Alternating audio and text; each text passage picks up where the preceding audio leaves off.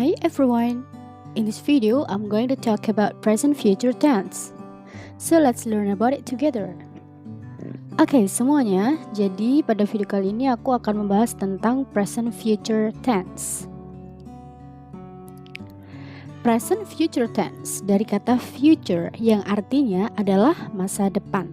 Jadi present future tense fungsinya adalah to tell event in the future or to tell activity in the future. Jadi fungsinya untuk menyatakan kejadian atau kegiatan di masa depan. Di masa depan artinya dia belum terjadi. Contohnya gimana? Contohnya di sini ada saya akan membeli mobil baru besok. Atau adikku akan pergi ke bioskop nanti malam.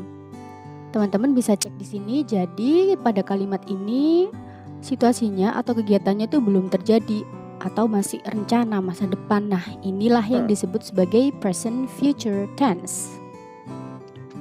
Sehingga nanti adverb of time atau keterangan waktu yang digunakan biasanya di present future tense adalah tomorrow, tonight, soon, the day after tomorrow, immediately, later, 3 days later, next time, next week, and many more.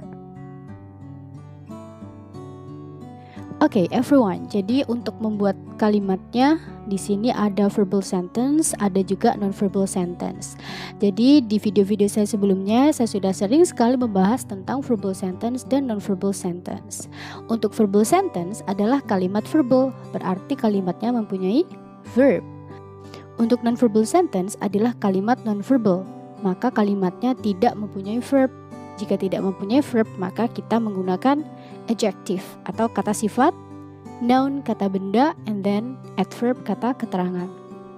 First of all, let's discuss about verbal sentence first. Kita coba bahas tentang verbal sentence terlebih dahulu. Pada kalimat positif di present future tense, kita menggunakan subject, will or shall, and then verb when. Will or shall artinya adalah akan. Aturannya kita bisa menggunakan will untuk semua subjek dan kita menggunakan shall hanya untuk subjek I and we.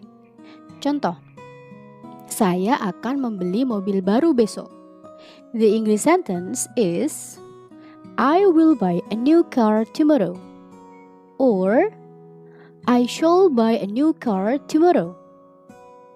Nah, karena di sini subjeknya adalah I, maka dari itu kita bisa menggunakan will atau shall. Kemudian, buy adalah verb when atau kata kerja bentuk dasar. Dan di sini ada keterangan waktu yakni tomorrow atau besok. Ini mengindikasikan bahwa kalimat ini itu belum terjadi. Makanya disebut sebagai present future tense. Another example, adikku akan pergi ke bioskop nanti malam.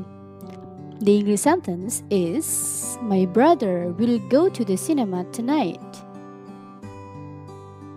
My brother is the subject, and then kita menggunakan will, hanya will karena my brother adalah selain I dan we, jadi kita tidak bisa menggunakan shall. And then go adalah verb one. Tonight adalah keterangan waktu, yaitu nanti malam, ciri-ciri dari present future tense.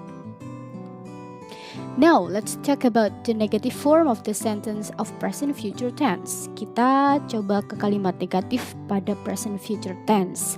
Bedanya dengan kalimat positif, di sini kita menambahkan kata not setelah will or shall. Contohnya, saya tidak akan membeli mobil baru besok. The English sentence is I will not buy a new car tomorrow, or I shall not buy a new car tomorrow. Seperti penjelasan sebelumnya, karena subjeknya adalah I, berarti kita bisa menggunakan will atau shall. You can choose one, atau dua-duanya juga boleh. Nah, setelah will or shall kita tambahkan not, and then baru buy, yaitu verb when. Dan keterangan waktunya adalah tomorrow. Next, adikku tidak akan pergi ke bioskop nanti malam. The English sentence is, my brother will not go to the cinema tonight. My brother is the subject, karena subjeknya adalah my brother. He berarti kita tidak bisa menggunakan shall, kita hanya bisa menggunakan will. And then tambahin not, verb 1, dan ada keterangan waktu tonight, and finish. Next ada kalimat tanya. Nah, kalau kalimat tanya berarti aturannya will or shall pindah di depan, kemudian subject, and then verb 1. Contohnya, akankah saya membeli mobil baru besok? The English sentence is, will I buy a new car tomorrow? Or, shall I buy a new car tomorrow? Well, sama seperti penjelasan sebelumnya, subjeknya yaitu masih I, jadi kita bisa menggunakan will or shall. Dan letak will or shall-nya ada di depan. And then by verb 1. And tomorrow adalah keterangan waktunya. Well everyone, karena ini kalimat tanya berarti butuh jawaban ya. Jika jawabannya adalah ya, silahkan bilang yes I will atau yes I shall. Jika jawabannya tidak, kalian bisa bilang no I will not or I won't. No, I shall not, or I shan't. Akankah adikku pergi ke bioskop nanti malam? Will my brother go to the cinema tonight? Pada kalimat ini kita hanya bisa menggunakan will, karena subjeknya adalah my brother. Dan will-nya ada di depan, kemudian baru diikuti oleh subjek dan verb 1. Jika jawabannya adalah ya, kalian bisa jawab yes, he will. Jadi my brother-nya bisa diganti menjadi he. Kalau tidak diganti pun tidak masalah. Jadinya yes, my brother will. It doesn't matter. Both answers are correct. And then ada no, he will not jika jawabannya tidak, atau no, he won't. Move on, kita ke nonverbal sentence atau kalimat nonverbal, yaitu kalimat yang tidak mempunyai verb. Polanya atau formulanya adalah subjek, kemudian will or shall, dan kita butuh tambahan be. Baru adjective atau noun atau adverb. Contohnya adalah Rena akan menjadi guru bahasa Inggris 5 tahun lagi. The English sentence is, Rena will be an English teacher 5 years later. Well, jadi di sini kita hanya bisa menggunakan will. Kenapa? Karena subjeknya adalah Rena. Rena kan she ya, bukan I atau we, jadinya hanya will. And then setelah will tambahi be. Baru setelah itu ada an English teacher. An English teacher adalah noun atau kata benda.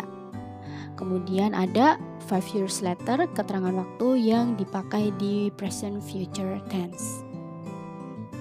Next, kalimat negatifnya kita tinggal menambahi not. Not-nya diletakkan setelah will atau setelah shall. Baru setelah itu kita tambahi be. Contoh, Rena tidak akan menjadi guru bahasa Inggris 5 tahun lagi. The English sentence is, Rena will not be an English teacher 5 years later. Tambahin not setelah will.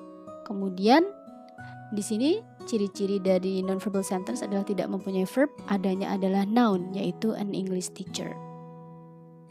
Dan keterangan waktunya 5 years later, 5 tahun lagi. Oke, sekarang kita move on ke kalimat tanya pada present future tense yang nonverbal sentence. Polanya adalah will, shall-nya pindah ke depan, kemudian subjek, dan kita tetap menggunakan be. Jadi ciri-ciri nonverbal sentence pada present future tense itu pasti ada kata be. Contoh, akankah Rena seorang guru bahasa Inggris 5 tahun lagi? The English sentence is, will Rena be an English teacher 5 years later? Jadinya will ada di depan, kemudian subjeknya adalah Rena, jadi kita hanya bisa menggunakan will, tidak bisa menggunakan shall. Kemudian ada be dan an English teacher adalah noun-nya. Oke, jika jawabannya ya, kalian bisa jawab yes, she will, atau yes, she will be. Jika jawabannya tidak, kalian bisa menjawab no, she won't, atau no, she will not, atau no, she won't be.